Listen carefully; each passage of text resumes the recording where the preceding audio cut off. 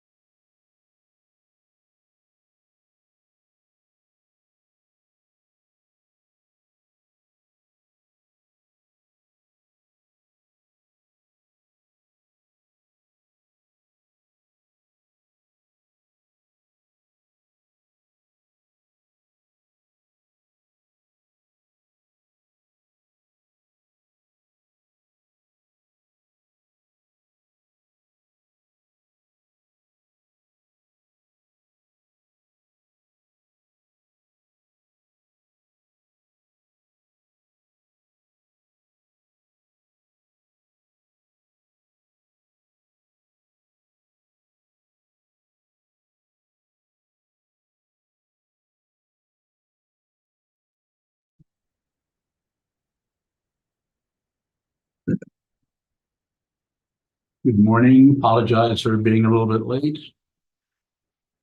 But here we are. I guess I'm late. I think once I used to try to do it at 11 o'clock. It started at 11 o'clock and then and then I thought, well, I'm never on time, so not my fault. It's actually, so to blame somebody. Well, you Always. But then I thought I really like the number one. So I thought 11, 11, 1, 1, 1, 1. So I'll just start scheduling it for that time. And now it's 1:15, no, 1:18. No, it's 12. What is it? 11:18, we haven't changed the end of clocks. Why not? I forgot. I like that. I use that one quite a bit too. I forgot.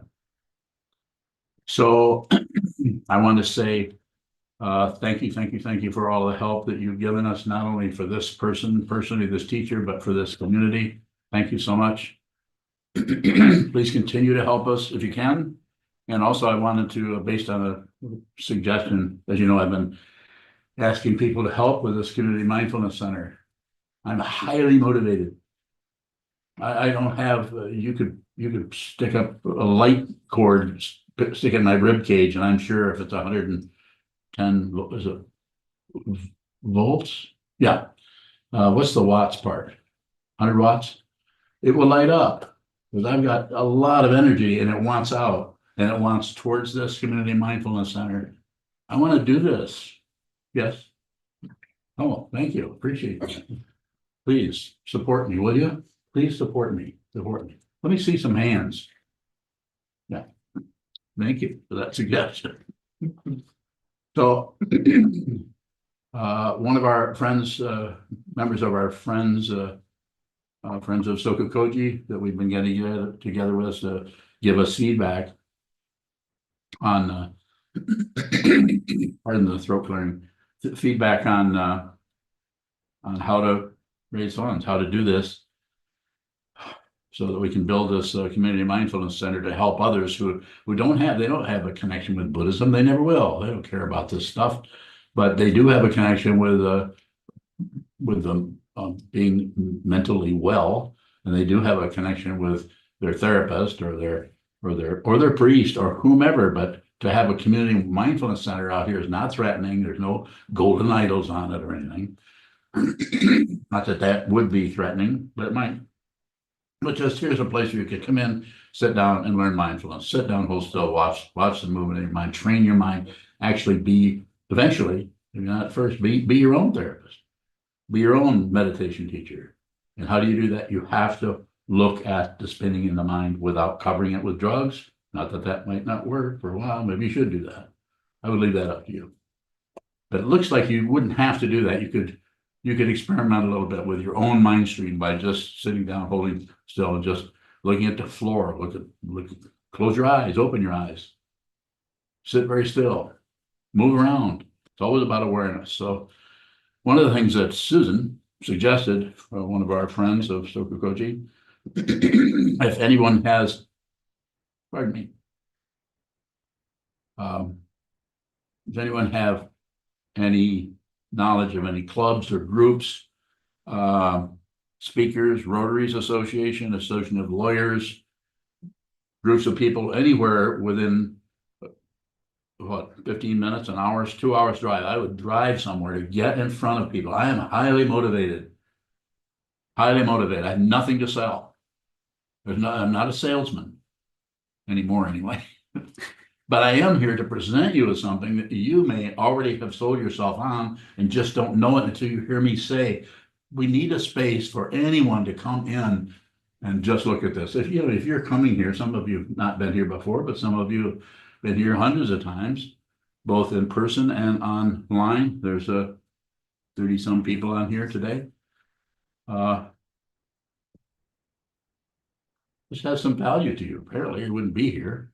And I know you contribute. Some of you contribute lots. Some of you are well off and contribute lots of money. Some of you contribute a little bit.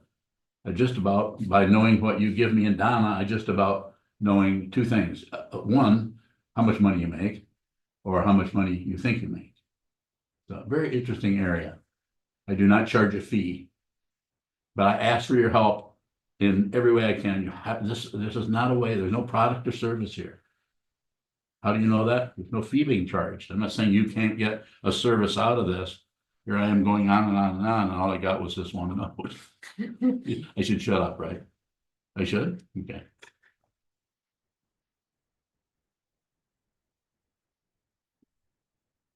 Should I start to talk now?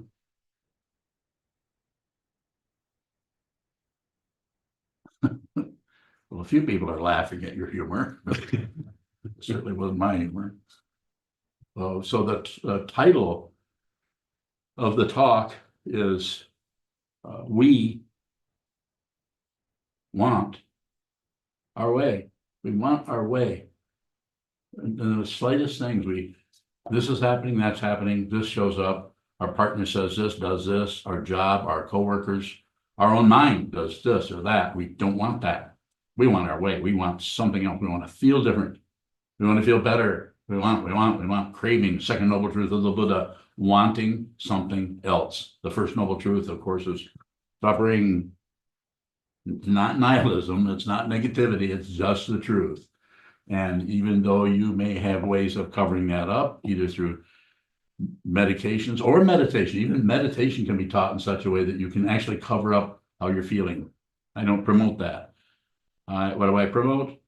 See what's moving. If you see what's moving, there's probably suffering there,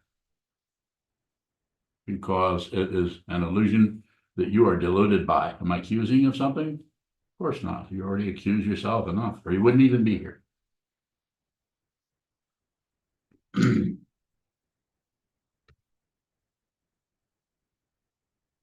We want our way.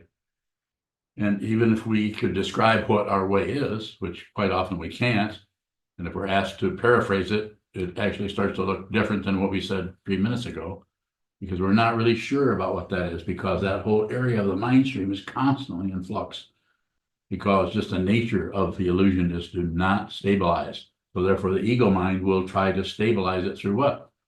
Fixation, opinion, grasping, rejection, some kind of operation of the three poisons, pushing, pulling, shutting down. You don't have to stop that. You can't. If you think you can, you're wrong.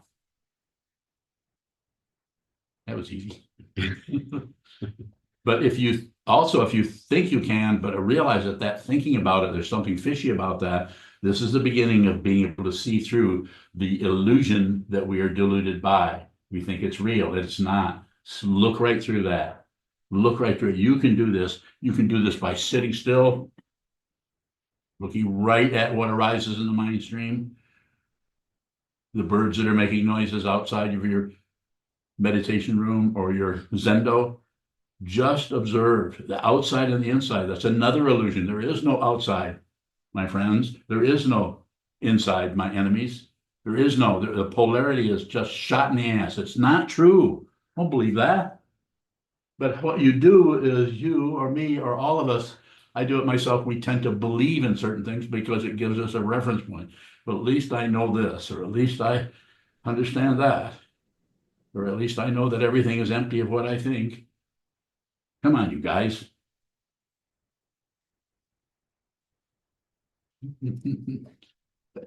No, I'm not going to say it. I know you think I'm going to say it. Wake the darn up, right? Darn. I am. I'm saying by watching how much you sleep. Just watch the sleepiness. It's so easy and it's so completely difficult, challenging, and hard. Look at our society, our world, and billions of people just totally crazy about everything.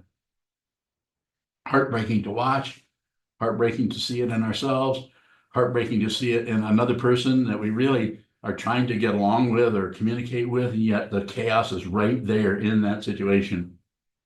And so what do we do with that?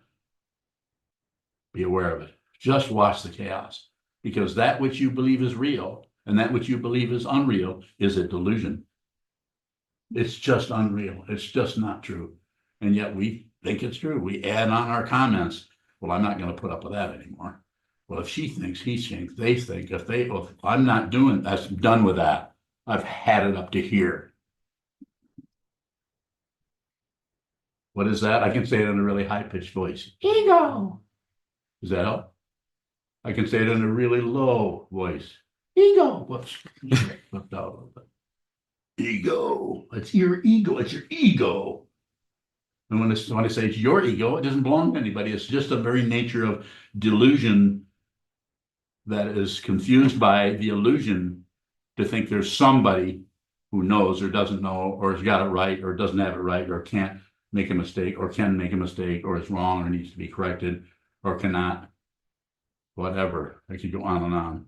It's an illusion to think that you live, and it's an illusion to think that you die. You've missed the point. Here you've had this whole lifetime of whatever lifetime it's been, 25, 80, 22 years, this opportunity for consciousness to come into a human form with all of these sense fields that don't produce any sights, don't produce any sounds. There's no production going on here other than the one that self-centeredness generates. This is, you're a receiver, you're given your Buddha nature as a gift. Receive it. Be very, very generous with your attention. Give everything your attention. Freely give it away. Don't look for results. And if you do look for results, give that your attention. Don't correct anything. Realize your true nature before this body-mind complex that you so take for granted as you vanishes, because is that you? It's a part of consciousness that shows up as a human form, but it's temporary. Like anything that shows up, it's going away. And you get to watch it. And if you want to realize how that looks, practice. And how do you practice? Practice on the mind stream, which is a very simple form that the illusion takes that deludes us. So just watch the thoughts come and go. Don't believe your thoughts. Don't disbelieve your thoughts, and certainly don't ignore them. Don't believe them. Don't believe what you're thinking. Don't disbelieve it. Don't turn away and lecture yourself, and don't turn away either through just flat ignorance or through the ignorance of distraction of going into this activity or that activity or jogging a lot. I'm not against jogging all you want. Jog more than that. But if you could see through your awareness practice that you're using jogging as a way to feel better, then what? What am I going to say? Stop jogging? No, I'm going to say just continue to jog. Just be aware that there's a distraction happening there. Please be very generous with yourself. Give attention to everything. Every thought, the most horrible thought you've just thought about your neighbor where you'd like to go over there and shoot them. I'm sure I'm not exaggerating too much here. Maybe just wrap them on the head with a stick. Just receive that thought. There's a misunderstanding that thinks that says that you think you can't have evil or terrible thoughts. That's really, really not helpful to people to do that, to people who come into this life out of a chaotic karma from the 13th century, trying to come here and manifest some kind of understanding of what this is by stumbling into the Buddha's Dharma or stumbling into someone who teaches the truth. Maybe Buddhism, maybe Advaita, maybe indigenous people in the 12th century. It's all over the place, and yet it's very hard to find. If you were lucky, you could have met Chief Joseph of the Nez Perce over 100 years ago. Maybe you did. Maybe you are Chief Joseph.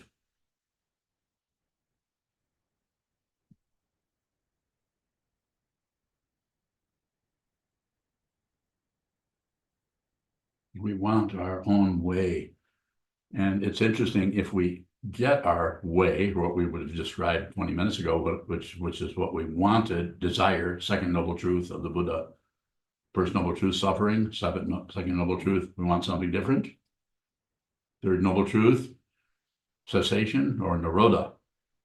But what comes to an end is not suffering. If you think it is, you're wrong. It's just incorrect. There's something comes to an end, but you need to find what. There are no words to describe what comes to an end. Even if I try to tell you, I can't. And if I tried to tell you, which I will, not that funny. Start to frown. Go ahead. Much better. You're not a Leo, are you? No. Oh. Heaven forbid.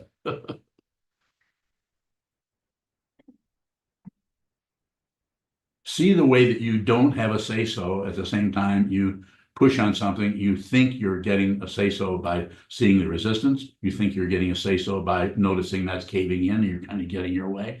But what I'm getting to here is even if you got your way, you wouldn't be happy with it. There'd be something wrong.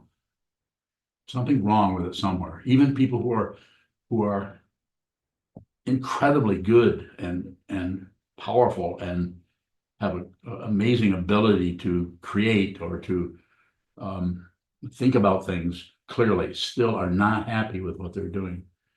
There's an old saying, I don't remember what painter said this, but I think it was a portrait painter, said, how do you know it's a portrait?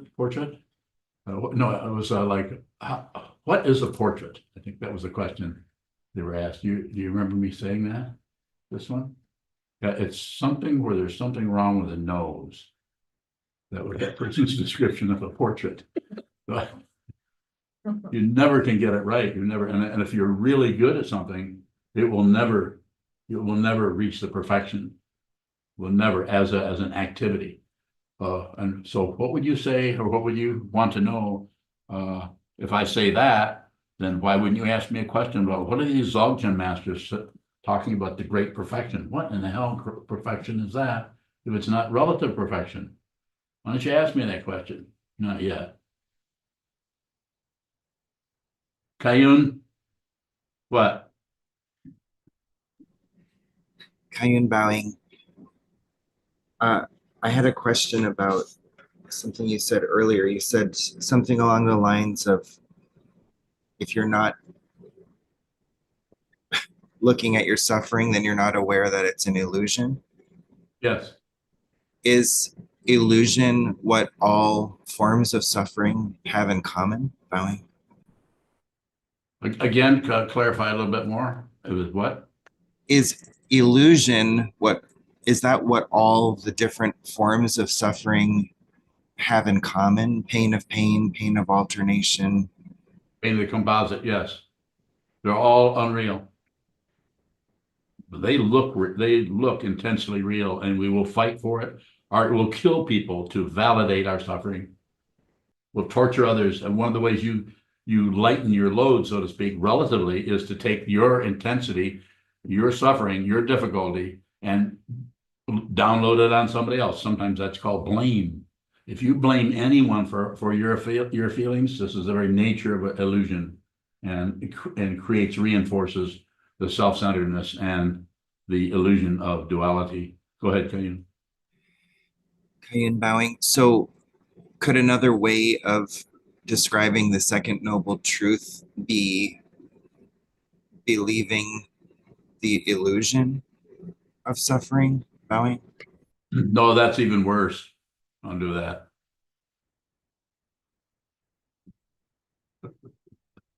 Don't believe anything. Don't disbelieve anything. Take no position. No reference point. And even no reference point, if you think there's no reference point, that's a reference point. It's worse than that. It's better than that. And one of the ways that you can sense that kind of a understanding is arising, it does not show up yet, but that is arising, is that your dependence on reference points is coming apart.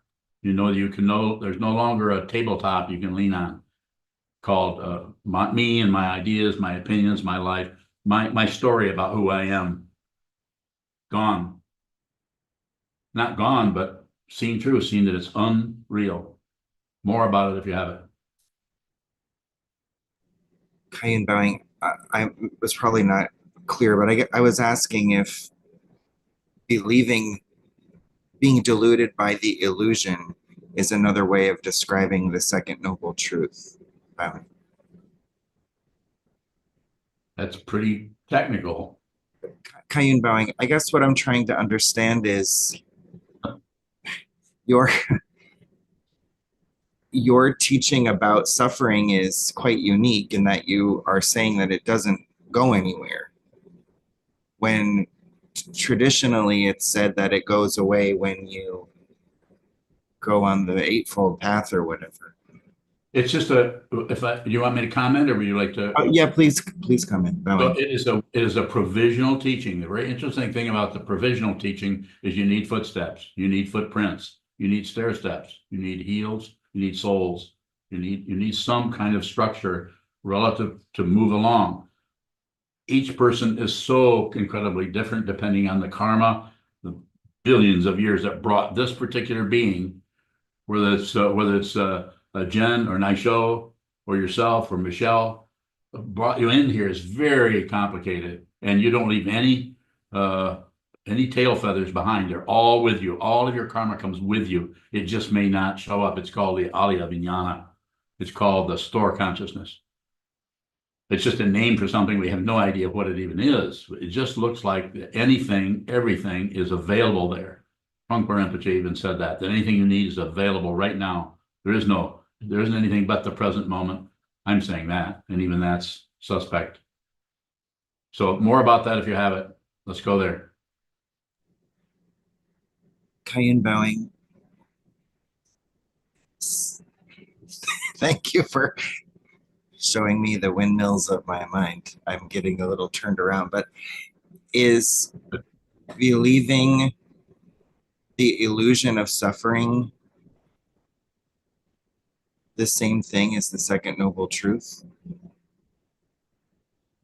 Yeah. Thank you. Bowing.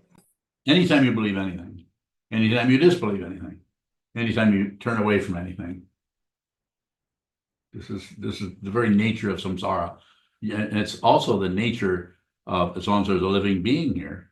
I'm not sure when the body's gone. I'm not sure what can show up there. If anything shows up, there needs to be something to show up in order for something to show up, and there needs to be a location for that to show up in. And this is all suspect, highly.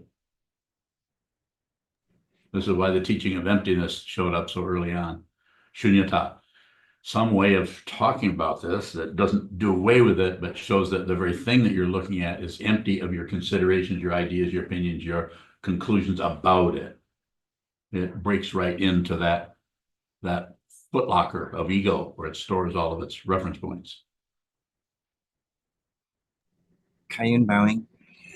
So if the portrait which got the nose wrong, how is the portrait with the wrong nose perfection?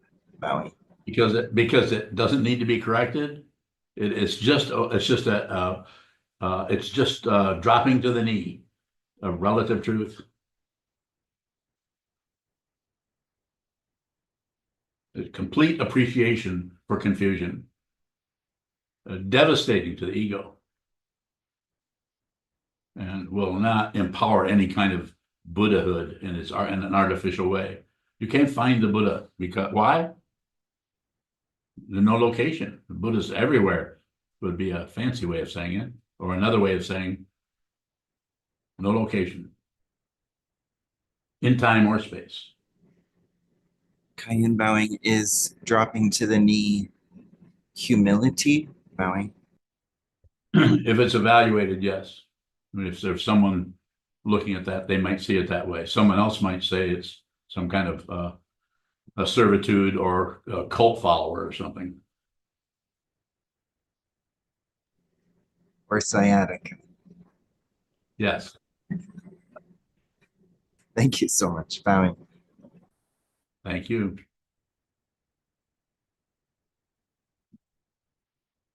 Ian. Biyun bowing, you said the eyes don't produce sight and the ears don't produce sound. Yes. They look like they come from out here. Where do thoughts come from? Consciousness. The thoughts are consciousness. The biology situation gives us an intensification of a polarity of something over here that is viewing something over there, or smelling something over there, or tasting the otherness of things. Thoughts is just a much more what would be the word, rarefied, or it's in consciousness. So you have no, we don't have any choice in that area. It looks more choiceless. I can look here at the clock, or I can look at the wall. I can move my head this way or that way. You can't stop me. That kind of thing. It's like just some kind of determination around I'm who I am and I've got to be me kind of thing that we see everywhere in society.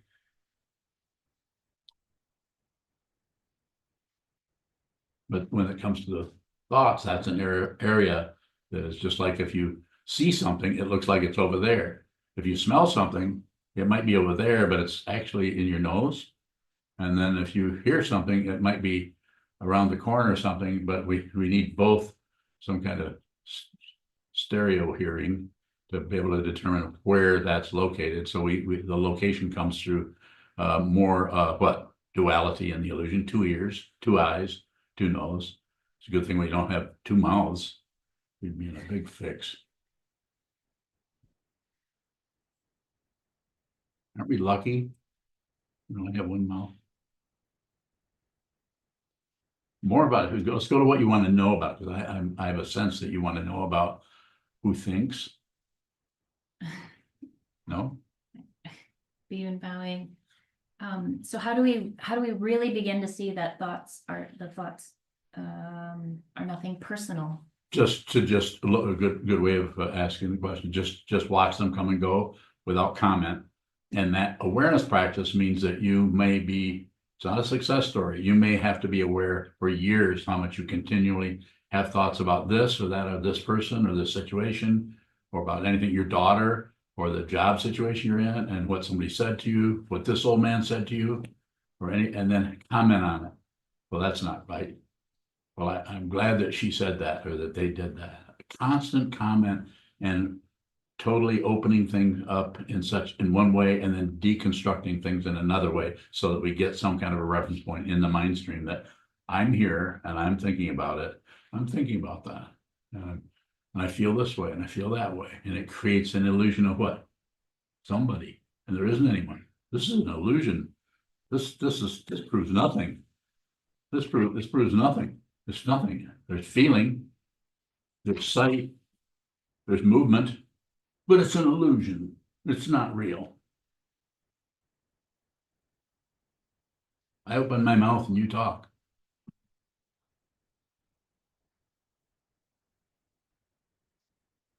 You see how we continually reaffirm that, you go in the other room and don't see me anymore. So it reaffirms that this particular item in consciousness that shows up as a human form. That's why you have the name of a cloud. Did you ever contemplate that? You know why you're a beautiful cloud, but I don't go into that narcissistic area. It wasn't a compliment, you know that. What was it? Something you see that I don't. What's your private name? Fragrant earth. Really? I called you that? Mhm. Was that a compliment? I don't think so. Okay. How do you say fragrant earth? Kochi. Kochi? It's like Kochi. Further? Beyond bowing. So what is an original sense thought as a sense perception? Does an original sense thought, is it going to include personal data like Ruby, my daughter, or my backpack, or colors? What is an original sense thought? It's just that part of the consciousness called the seventh in the Yogacara tradition, or narcissism, or ego, that is afraid of some things and is grasping towards others. That has a kind of low-level paranoia that's functioning all the time, that's protecting yourself and your belongings and your ideas, your opinions, and so on. You want to know what that is, or what it's based on, or how do you want me to respond? Beyond bowing, can you give me an example of an original, like the first thought, a sense as a sense first? Yes, you just did it. That's it. First thought. No elaboration. We do it all the time. We do it all day long, but the fear of something threatening or hope for something better or more success, more pleasurable, or more complementary to us, or more safety, all those different things show up, and we tend to extend our territory beyond that.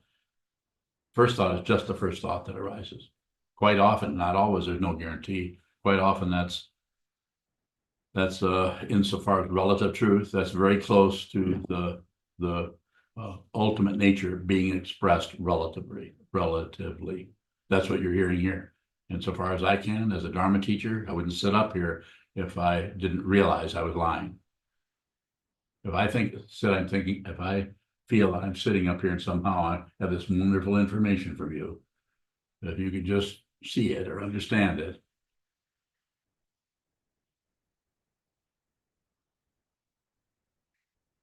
There's no position. First thought, best thought, as Trungpa Rinpoche would say, he was trying to encourage us to just whatever arises in the mind, just look at it. Not necessarily hook up the vocal cords, but just look at it. Did I get close to what you're looking for, or you will have another question? I think so. Beyond bowing, can everything be first thought? Everything is first thought until you pour things on it or try to pull it, shove it around or do something. You could actually live your life as a living being in a very straightforward manner, meeting everything that shows up in your life stream. Someone walking down the street towards you, someone coming into your house, someone sharing your bed with you, sharing a breakfast table with you, or anything walking into your mind or strolling down the highway of your interior process of consciousness. You can meet that. As you know, I call the evening meditation, which we're in our 4th year, 6 o'clock every evening, as it is. As it is. Not this way. This way. Well, how was it? I don't know. Was it this way? Well, whatever it was, as it is. Whatever shows up, that's it. You don't have to grasp it. You don't have to reject it. And you don't have to turn away. Passion, aggression, ignorance. This is the way we avoid the reality that is being presented to us by this incredibly generous thing we call human life. You actually are not separate from the one who pointed this out 2,500 years ago. Separated, yes, the body-mind complexes are separated, but Buddha's right here. Awakened truth is right here. You have to see it, and if you see it, if you understand it, if you realize it, and if there's nothing else left to do, you won't know it, because the fundamental thing that goes with that is there isn't anyone to realize that. It's a complete paradox. The paradox of instruction is nothing happens. Nothing happens. That's the realization. And if that happens, there's still a body mind. You still pick up the clock and put it down. You still fight with your neighbors. You still yell at the television set. What the hell are you guys doing? You still are involved in all the relative situations, but there's no grasping, there's no rejecting, and there's no shutting down. And if there's grasping, rejecting, and shutting down, then it is not a personal situation. This doesn't mean that you're not responsible for anything. It's like the other way around. You're responsible for everything. Everywhere you look, this is your fault. Drive all blames into one is a traditional teaching that talks about that. Or Thank you. any other further questions here? Okay. Myoka bowing. Do we see as it is all the time bowing? We do. See, everything is receiving the truth all the time. We just cover it up with our ideas, our filters, our scrim, our warp and woof of our thought patterns, so that we have so much fabric of thinking in front of everything. We just continue to do that. So the sitting practice of meditation as I teach it, Shikantaza, is just look at the way you continue to shut yourself away from the reality that is right in front of you all the time in the form of your life partner, in the form of your daughter, in the form of your son, in the form of your Dharma teacher, in the form of your Sangha, in the form, more. Milka bowing, is there something like trust that we need in order to see it? I hesitate to use the word, although occasionally I will, but I say, give the benefit of the doubt to everything. That means you're going to look at it for a while. If you when you trust something, you've covered it up with your ideas and your idea of trust. Don't trust anything. Don't trust anybody. Don't trust me. Don't believe a word I say. I mean it. You might want to not disbelieve it either. Don't take any position on anything. I don't take any position on anything unless I have to. And if I have to, I can drive a stake in the ground. I'll take that position. But it comes out, for me, it comes out of a vow to many years ago, I received a vow and observe a vow to be with all things, starting with other people. Does that mean that I'm somehow some kind of a superior being or a bodhisattva or something? I have no idea. I don't have an identity there other than I wear a robe. I find that if I sit up here, people will listen to me and I feel like I have something to say.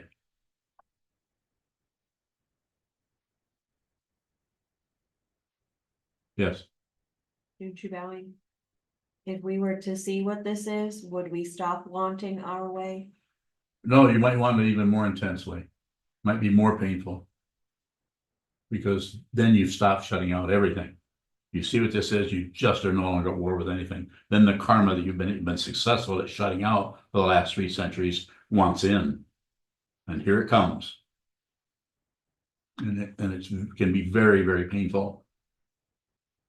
Buddha didn't tell you that. Actually, he did, but it's kind of hard to find in the teachings. He was trying to kind of encourage you to come along for as long as he could get you to come along without hitting you with the bad news. Nothing happens. More in that area if you have it. Let's go.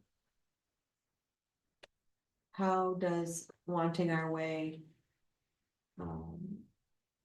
stop us from seeing that or protect us from? How does wanting our way, what? Stop. Protect us from our karma? Sokuzan respond to that. It doesn't. I would have said the same thing. Well, not exactly. It would have been. I would have said it exactly in that tone of voice. He was kind of dismissive when he said that to you. And I would have said, it doesn't.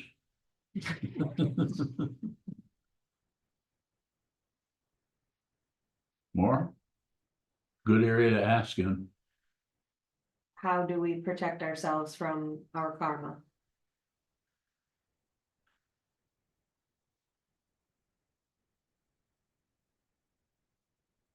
There's lots of ways of talking about that.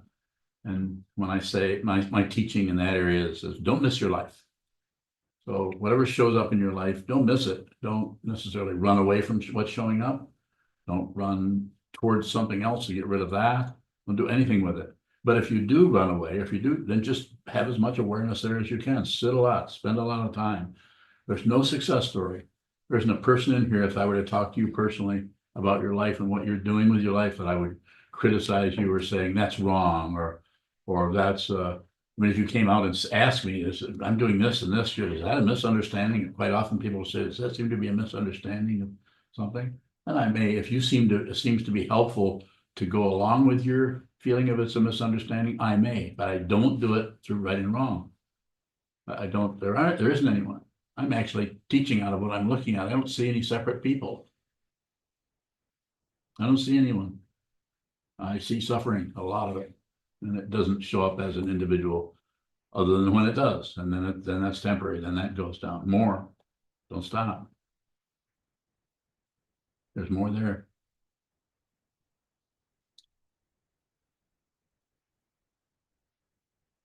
Okay, now when you were looking at me just now, your mouth pulled off to your left like this. You do that often? No. Be very aware of that. Don't stop it, but be very aware of what's happening there in your body is a reflection of what you're doing in your mind stream. You're shutting something out. What was it? Tell me. I didn't know what to ask. Okay. So you're shutting out, not knowing. Don't shut up, not knowing. I couldn't do this if I knew stuff. Don't do it. Just don't know. There's even a teaching by Sang Song, the Korean teacher of the last century. Only don't know mind. What a profound teaching. I just don't know anything. Don't have to have a position on anything. The difficulty with that is if you don't know, then all the creepy crawly things from the 13th century want to have an audience with you. They want to come up and say, how about this? How about this? How about that? You better know that. Blaming comes out of other times. That's why it's so important to see that your life, everything that arises in your mind stream, your life stream, or anybody else around you is an illusion. So it can be a really intense illusion. You don't have to get rid of illusions. Ego is an illusion. You don't have to get rid of it. You just realize that it is no one. There's no, I'm listening to a voice, but I have no idea who this is. I come in here with an identity. I'm Sokuzan and I'm a monk and I bow to the altar and I go through all these forms. But that is necessary to have that form. Otherwise you can't hear that. You can't receive this teaching. I can't sit out in the parking lot on an upside down trash can in bib overalls and a straw hat. Say, hey, I got some real true teaching for you. A cigar. Now, maybe I could, but look at who would gather around me. Nobody. So I have to put on this act. I'm the monk and I'm the bodhisattva, or I'm teaching this or teaching that. There's something to that. I mean, it's not totally that, because even that is going, that's an elaboration that goes another direction. There fundamentally it is empty of what we think it is and completely full of what it actually is. And what is it full of? Awakening. It's full of it and it's yours. Not yours as a possession, but yours because you're not separate from it. Don't miss your life. Don't stop covering things up. And how do you do that?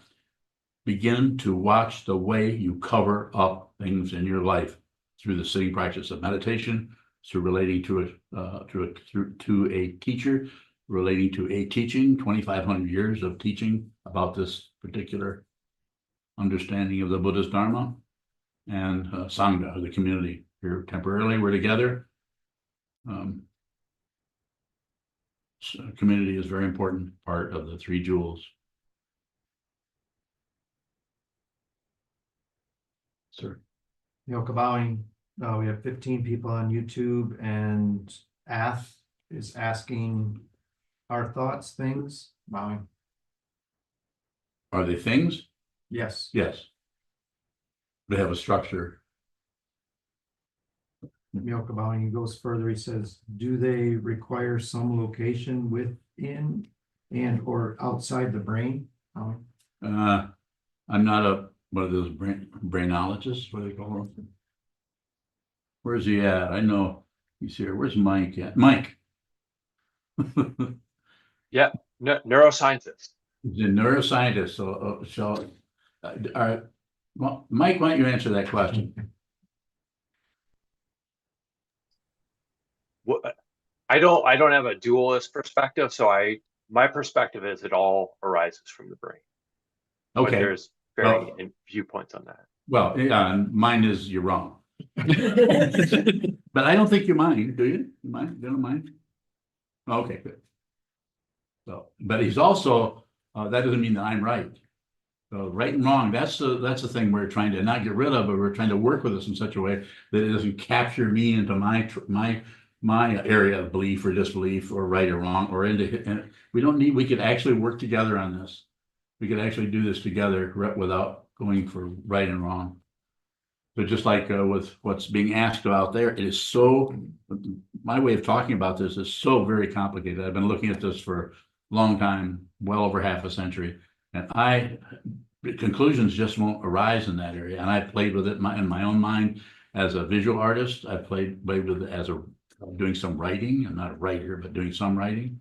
And also with just making up stuff and seeing what kind of stability it has. The one I've been using for years is the purple alligator in the kitchen, which is something that I just made up one day. When was it? Maybe 10 years ago, something like that. And I refer to it because I like right now I could say, have you noticed that it hasn't gone anywhere? Have you noticed that it has no location other than in your mind? If you go in the kitchen, you won't find one of those. But in your mind, your memory of the kitchen might still have that purple alligator floating exactly 36 inches off the floor, facing the window. Yeah, facing the window. Purple. I think I changed the color once to pink, but that's just to fool people. So what am I saying here? I'm not driving for a conclusion. I'm saying just consider how powerful that image is that we just take for granted.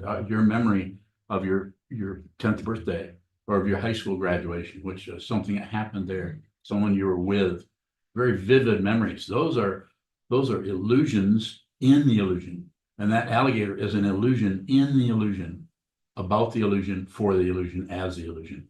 You cannot find a reference point on any of that. And if you play with that a little bit in your mind, especially if you practice sitting meditation, this works in the area of visual thing, and it works in the visual ideation, and it works in the area of concepts. You can do the same thing with concepts. They're just inventions. Sometimes we share them, sometimes we don't.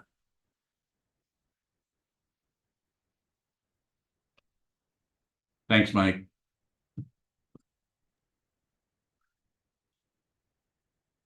Jeff Bowing. Jeff. I'm a recovering addict, and there's a saying in recovery that you have to get out of your own way. And your topic makes me think I had to get out of my own way to get sober. I had to give up my ideas about my drug of choice to stop the suffering with it. No. But I can't do that with other things in my life. I can't get out of my own way. I can get out of my own way in some aspects, but not others. I don't even know what my question is. Okay, well, I can respond to what you're presenting. Jeff Bowing, thank you. And as I say, when I say I can respond to what you're saying. When I'm saying that, I don't have any idea what I'm going to say. And I don't need to, because I don't live out of reference points. I live out of a vow. That doesn't mean that what I'm about to say to you is somehow going to be helpful or supportive, or you're going to walk away thinking, oh, what a great teacher Sokuzan is, or something like this. But what I did not say, or what I did not think about, is now coming out right now. But you're going to have to ask that again. Jeff Bowing. You can say I don't know what the question is if you want. I don't know what the question is, but it's kind of, I had to get out of my own way Yes. to recover from my drug of choice. Yes. There's still a lot of suffering in my life. Yes. And I don't know how to get out of my own way to end that. The concept worked pretty good with the addiction area. Do you go to one of the group recovery areas like Al-Anon? I AA. AA, okay, you go to AA. So those are very supportive, and I think it's great. I think people get a lot of help from those. But the fundamental understanding is still more work to be done before your life comes to its ending. And so what you've done there is a staying away process. Just stay away from it. Just stay back. Just I'm familiar with the slogans in AA and so on. They're pretty helpful to get you to stop going that direction. So on the other hand, the way you're presenting what you can ask a question about is it's just awareness. You don't need to know the answer to that. Continue to work with your awareness. Just practice. I'm assuming you're doing a lot of sitting practice. Is that true? Yeah, trying to get my numbers up. Good. Numbers are good, especially if they have zeros after them. Even though that's not a number, I probably didn't need to point that out. Is that a number? You're an accountant, you should know. You can ask the math. Who's the math person? Oh, there's a mathematician. Is zero a number? What's this? I don't know. That's a safe response. Okay, we can take another one or two questions if there are some, and I'll stop being silly. Peter Bowing, Yes, if I attain enlightenment in this lifetime, does that mean no more rebirth? Bowing, no, no. That sounds like a good thing. To be rebirthed, be reborn, and help other people. sounds good to me. That's actually part of the one way of seeing the Bodhisattva vow is to save all beings, as long as the earth is full of crazy, difficult situations, and we'll probably come back here and continue to save all beings, or at least help them, support them. They have to do it themselves. When consciousness shows up as an individual, then that part of the consciousness has to realize its true nature, that it's not separate from anything anywhere, not separate, also not the same. That's why it's so challenging. You cannot find a reference that will work relatively. That's what I thought. That was the answer I gave to a koan one time. Ah, Yes. koans are pretty difficult. Is there a, shall we say, final question somewhere here? Yes. Mozuku bowing, what is nirvana on the Mahayana path? It's just the ending of everything. Nirvana.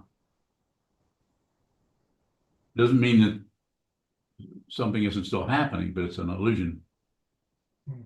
Nothing shows up and goes away. Things don't show up and go away. If they do, they're unreal. It's sometimes called cessation. Mozuku bowing, is that the same as nothing happens? Yes. But it's a relative statement about something, but there's a presumption that something was happening.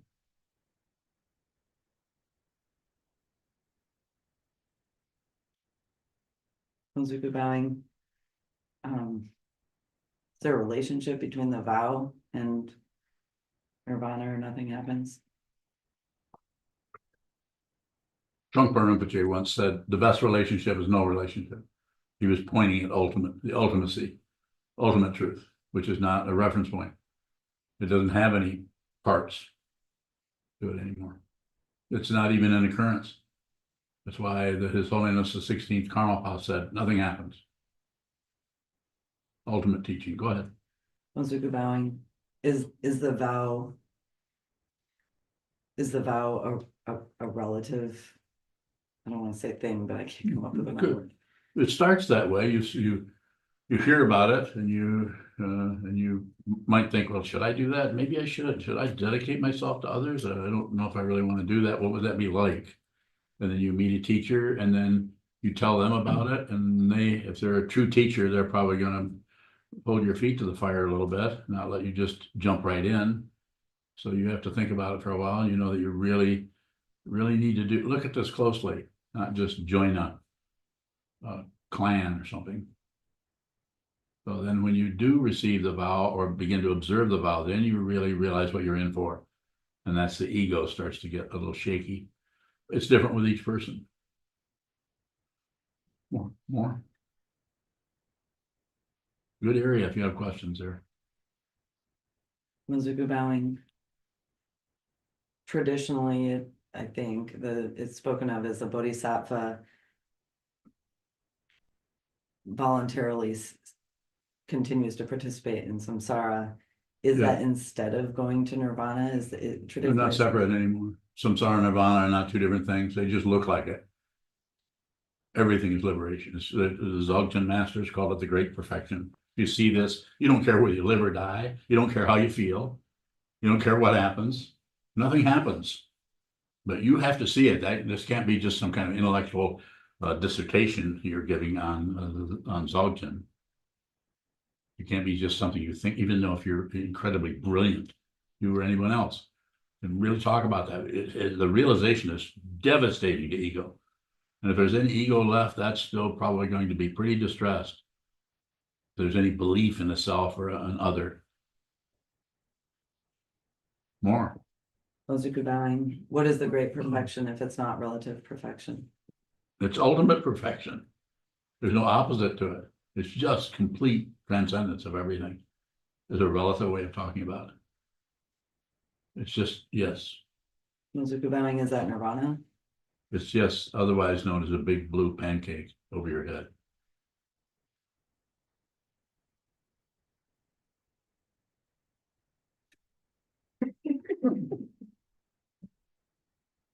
I'm just quoting my teacher who said that 50 years ago.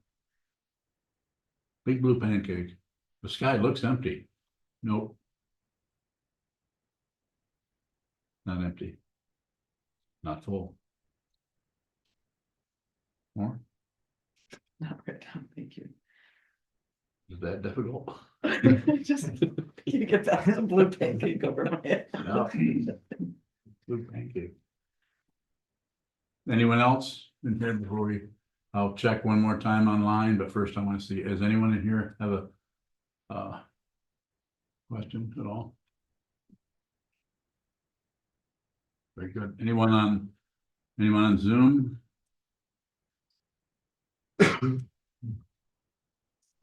Bowing.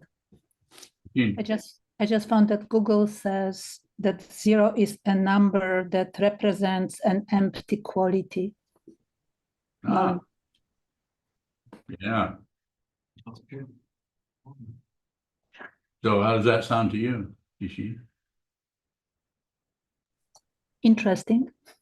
Safe response. Anyone else here on Zoom? We got 30 or so open windows people. Jennifer Bowen, Go ahead, Jennifer. you said drive all blames into one earlier. What does that mean? It just means be responsible for everything.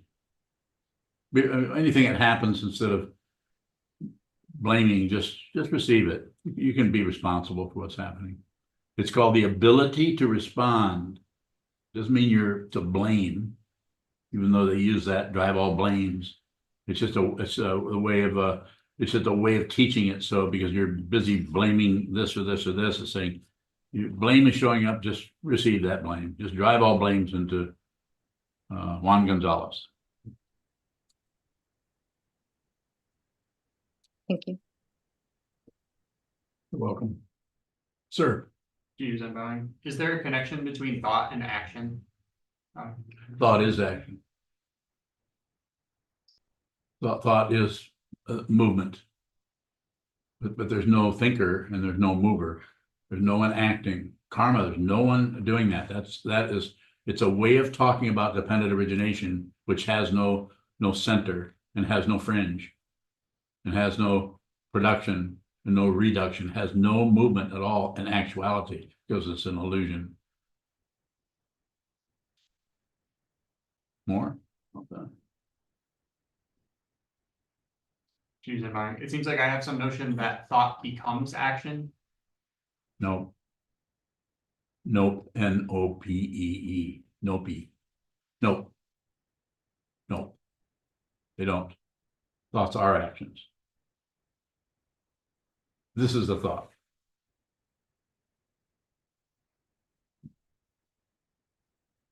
Anything that's happening in your mind right now, this moment, about what I just did, is a thought. It's just action, just happening in a different dimension.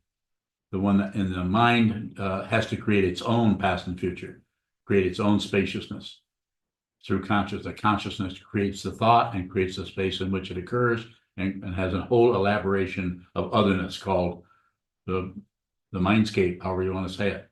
And this is addressed through in so many different ways, but it's addressed in a relative way. I don't know of anyone particularly, other than meditators or people working with their mind, that are addressing this in a way directly with the mind itself. someone like Mike Cole here would be addressing it through science, which is, of course, what we should be doing. But eventually, those people, just like Mike, is a meditator, so he's also working with it as working with his consciousness. So other people that are working with that in through chemistry. So some people are incredibly adept at using concepts and ideas to produce information and ideas and conclusions and analysis of things. Who's your favorite German philosopher? I think you're thinking of someone from Vienna. From Dearborn? I think that's the other one. Ludwig. Huh? Oh, Ludwig von Beethoven. There's some, yeah. So I'm just saying, what I'm just being a little silly, but I just think there's people who are extremely good at thinking. C.G. Jung had an astonishing ability to talk about things that actually are quite flimsy in that area of consciousness. His introduction to Wilhelm's translation of the I Ching, which I first read back in the 60s, just an amazing, amazing. I don't have a word for it. It's like an explosion of concepts and ideas about something that was an arcane way of wisdom. His understanding it was, but I just hesitate to even project or have an idea about what it would have been like if he'd been a meditator. I'm not saying he didn't meditate a little bit, but he didn't have a teacher. He was his own teacher, I think, other than maybe Freud was kind of a teacher of his. He wouldn't like that if I said that. Okay, taking enough of your time. Thank you so much for coming, and I hope you have a pleasant rest of your day. And again, if you can help us in any way, if you can help this community, if you can help this community mindfulness center, if you can hook me up with any, what's the note here? Clubs or groups that might need speakers or I'm get in front of anybody and present this material, and I can talk endlessly, as you probably have already noticed. Help us. I'll help you if I can. You help us if you can.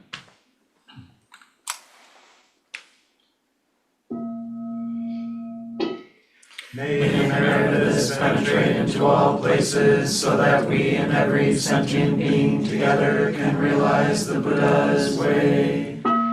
Ji-ho san shi shifu shi son bu sa moko sa moko ja ho mi. The 10 directions, the 3 times, all Buddhas, all venerable ones, Bodhisattvas, Mahasattvas, the great Prajna Paramita.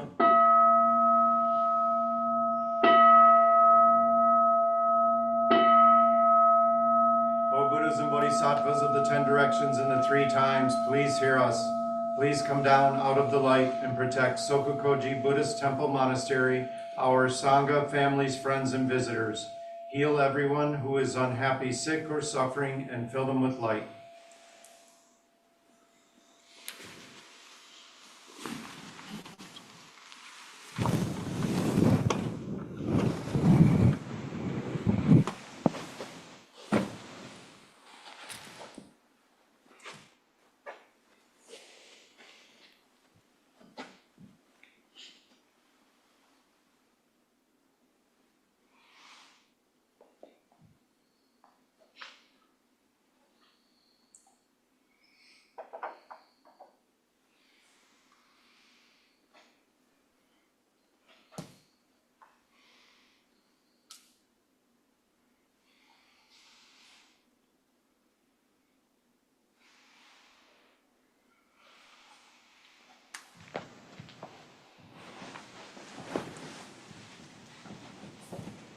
Thank you, Sokuzan. You're welcome, Cynthia.